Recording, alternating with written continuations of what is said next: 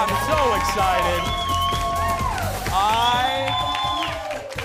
I am delighted. I told our guest today I woke up excited to come to work because of her. Our next guest is a jazz legend and holds the record for the most appearances by a singer on The Tonight Show, starring Johnny Carson, with 76 appearances. That's right. But who's counting? Exactly. Who's counting? And the New York Times says she's not done yet. She is in town for a 4-night engagement at one of our favorite places, Crooners, and tickets are going fast. Ladies and gentlemen, give it up for the icon, Marilyn Maye, everybody. Hi, Marilyn. Thank you for being here. I greatly appreciate it. I'm so pleased to be with you. How nice. I always say that I have a couple broadcasting icons, and one of them is Johnny. I grew up like a lot of Americans. I feel bad for people that missed Johnny, because I think he was a star like none other. He was. And I think he's the best, and I don't think we'll ever really see a star like him. Take me to maybe your first appearance or maybe your favorite appearance. What was the experience like to be there? Well, of course, you always feel safe. You know, the director was great, and the camera work was fabulous, and the rehearsals were wonderful. In the beginning, we were in New York, and there were other conductors, but finally, when we got to the West Coast, it was Doc Severinsen, and the band was great, and we would rehearse once, and because the band didn't get to play too much, you know. Yeah. It was the conversation, and so when we would rehearse, Doc would just say, "Don't you think we need to take?" And they would rehearse it perfectly the first time, but he'd say, "Don't you think we better take that again?" Mainly just so they could play. Yeah. You know? Because they'd have a great time playing. Because as some of you may not know, Doc would really only play during the commercial breaks, and then very little in bringing in and out of commercials. They just didn't get to play very much, so they loved rehearsing. Yeah, because they got to actually work their craft. People always describe Johnny as a shy man. When you're sitting next to him, I mean, after 76 times, well, does it ever get normal? Did it ever feel, did it ever lose its luster, or were you excited every time? You know, he's the greatest interview because he developed on what you said rather than, you know, you'd always give a list of questions before the show or subjects that you wanted to talk to. So there would be the questions lined up.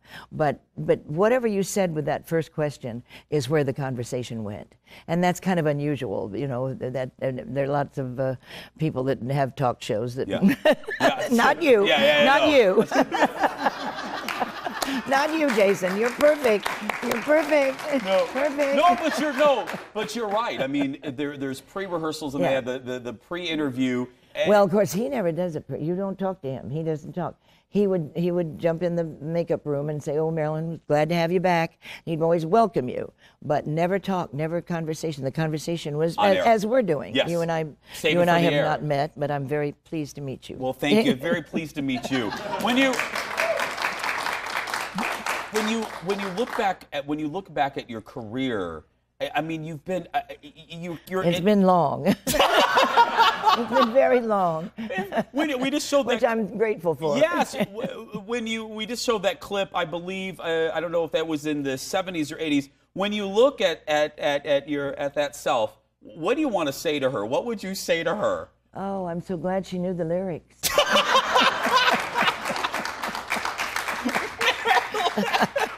I'm glad, but and you know it's been wonderful because it's been a learning. I do a lot of master classes now, and I do teaching privately, and I direct acts and set them for other people, and in doing so, you learn.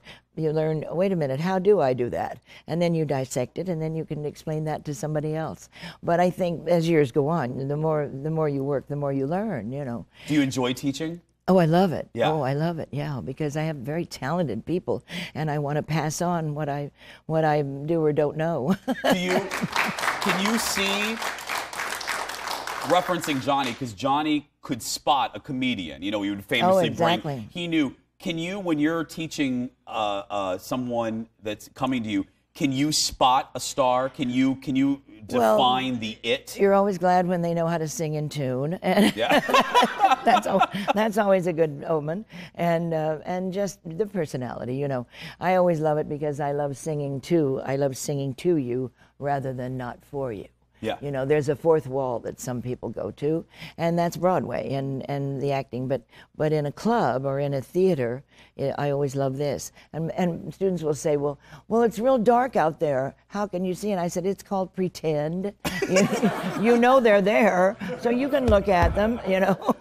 Oh, Marilyn's not going anywhere. More with Marilyn Maye when we come back. Back raised in the Midwest, were you not? Have we shown your socks yet? Oh, so you like my socks, Marilyn? I love your socks. Do you like my socks? I love your socks. Marilyn, this is what I call my Sarah Jessica Parker suit. Of I course wore you this do. when I met her, and I haven't washed it, and I never will. I'm just joking. I will wash it, but yeah, this is my Sarah Jessica Parker outfit. I know it. Yeah. It's wonderful. The socks especially. Thank you. I appreciate that. They make it. Thank I have you. a blouse that would go great with those socks. Oh, fantastic. I mean, if you want to, Marilyn, if you want to lend it to me, I'll be sure to wear it. I can, you know. But you were raised in the Midwest.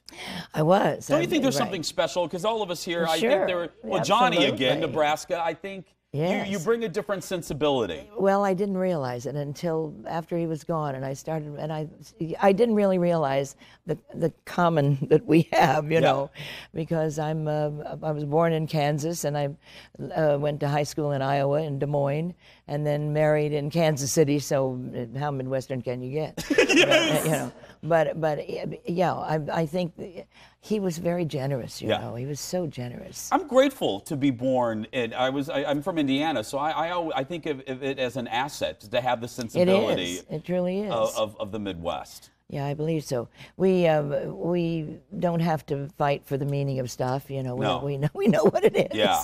Let me read a compliment, audience. Especially, I always like to educate the youngins. Ella Fitzgerald once called Marilyn the greatest white female singer in the world. Now, some people say, but that's Ella wasn't a racist. It's out of context. Yeah. But it's a compliment. She was, yes. We became very good friends. Yeah, that is fantastic. We were talking, Marilyn and I were talking in the break. Your favorite era of music is the Great American Songbook, right? Yeah, of course. And then we lose it in the 70s, right? What do you think of the 80s, Marilyn? Then don't talk to me. Don't talk to me. Well, you know, because it's about the lyric. Yeah. See, it's all about the story.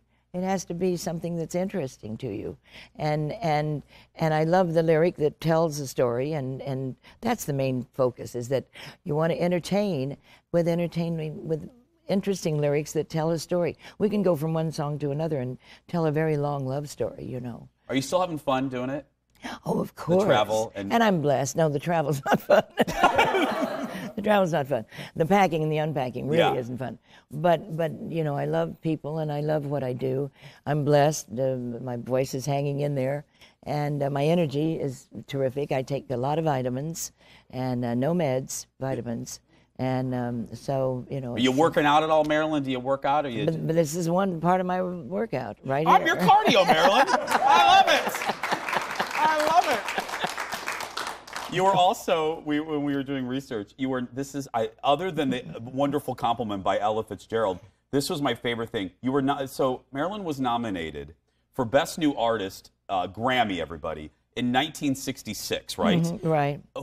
Tell everyone who were the co-nominees that year. I don't remember. Well, yes, Horst Jankowski.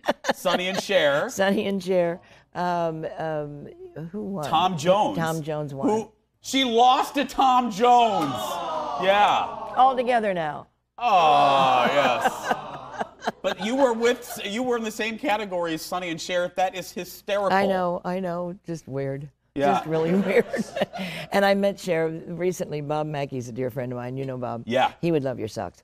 And he just did all the costumes, you know, for Cher. Yeah. And so she came, of course, to the opening, and I was invited to the opening of Cher. It's closed now, but the costumes, amazing. Oh my God. Yeah. Well, he won the Grammy. Yes, for he it. did, deservedly so. Yes. Well, I have to say, and I mean this from the bottom of my heart. We've been on 5 years, and I've met a lot of my idols. I've met a lot of people that I love. But I have just become one of my all-time favorite guests. I could talk to you forever. We've got a lot to tell. We have a lot to talk about, yeah. I'll be doing a half-hour special on Marilyn. Give it up for Marilyn Maye, everybody. See Marilyn. Let's go to dinner. We will, we'll yes. go to dinner. You guys, go you see come Marilyn. to the club. I'll come to the club. Erin performs there all the time, Erin Schwab, because you need to see her at Crooner Supper Club in Fridley through Sunday. Go get tickets. For tickets and showtimes, go to croonersloungemn.com. And if you miss this, we'll post this on Facebook a little bit later.